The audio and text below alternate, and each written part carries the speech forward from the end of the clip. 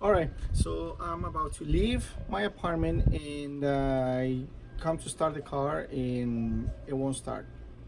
I know that my connections here are very dirty, but this battery is already 2 years old, which is pretty much all they can do here in Arizona.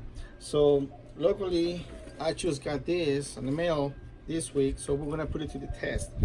Again, I already used this, not this one in particular, but this same model. The last 2 years when I've been at the Overland Expo, after a few days camping there, my battery usually dies. So this is the XP-3 from Anti-Gravity. So I'm gonna plug it in first, see if I can get it here.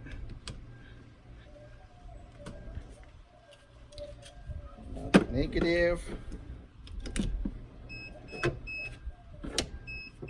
All right, we plug this in.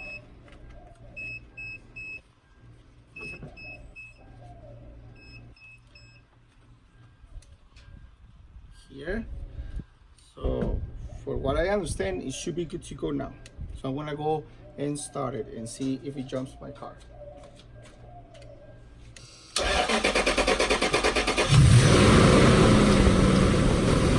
All good.